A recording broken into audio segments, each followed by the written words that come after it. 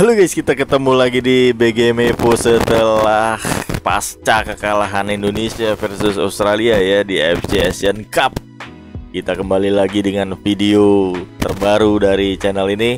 Makasih yang sudah menonton video-video saya. Di video kali ini kita akan membahas setelah Indonesia versus Australia dan juga gugurnya Indonesia di pedelapan final Piala Asia.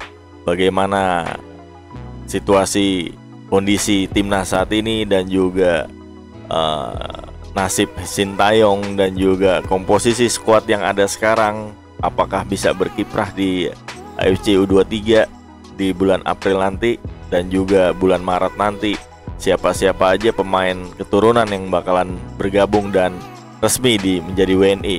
Kita akan bahas di video ini guys, jangan kemana-mana. Kita lanjut ya, kita sudah sampai di artikel dari PSSI untuk penegasan Erick Thohir terhadap pelatih Indonesia timnas STY guys ya. Jadi Erick Thohir terhadap STY itu profesional, dia memberikan informasi bahwa ada target yang harus dicapai, bukannya untuk mengakhiri karir STY pada musim ini ataupun target yang tercapai di 16 besar Piala Asia, malah dia akan menambah kontrak ya guys ya kalau Indonesia lolos ke 8 besar Piala Asia di Qatar lagi untuk U23 pada 15 April sampai 3 Mei 2024. Jadi bukan diakhiri di saat sekarang, tidak diakhiri dan diganti oleh pelatih lain. Misalnya dia ingin STY itu menangani timnas Indonesia sampai 2027.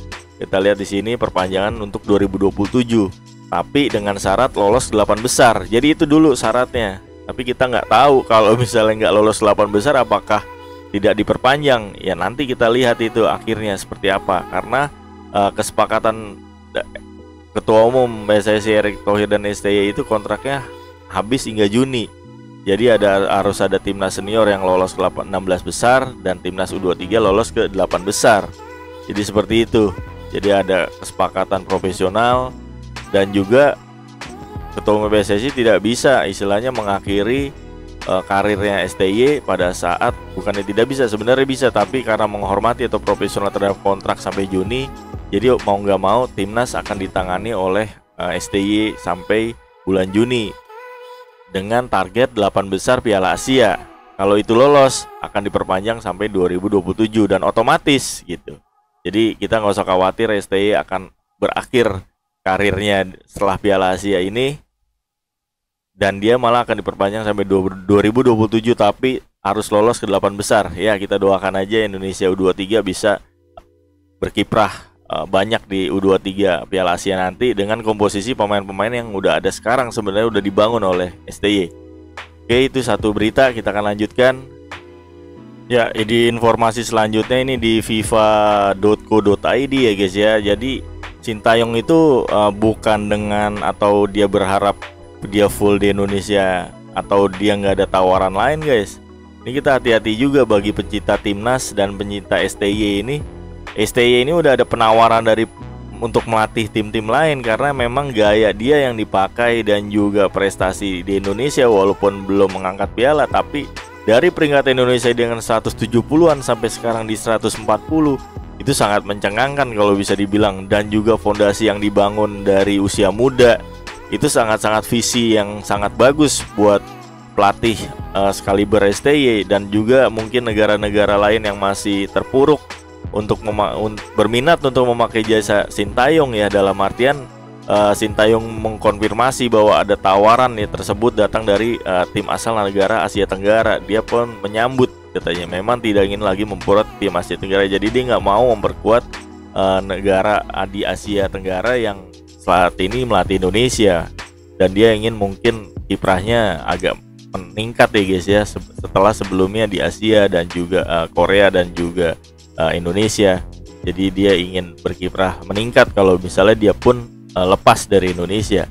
Jadi dia informasikan, saya mendapatkan tawaran seminggu yang lalu. Saya seharusnya tidak memimpin lagi tim asal Asia Tenggara, kata Sin pada media Korea Selatan Sport Pyongyang. Jadi bagaimana nasib timnas kalau misalnya tidak ditangani oleh STY ya? Apakah pelatihnya bisa lebih dari STY dan PSSI PR-nya misalnya STY tidak menangani timnas lagi, ataupun 8 besar dia tidak tercapai, pelatihnya harus lebih dari STY, jangan malah menurun, nanti kita malah berbalik lagi, downgrade lagi, dan mundur lagi. Ini kan ya, kita akan sedikit mereview ya guys ya, dari pertandingan Australia 4-0 kemarin Indonesia.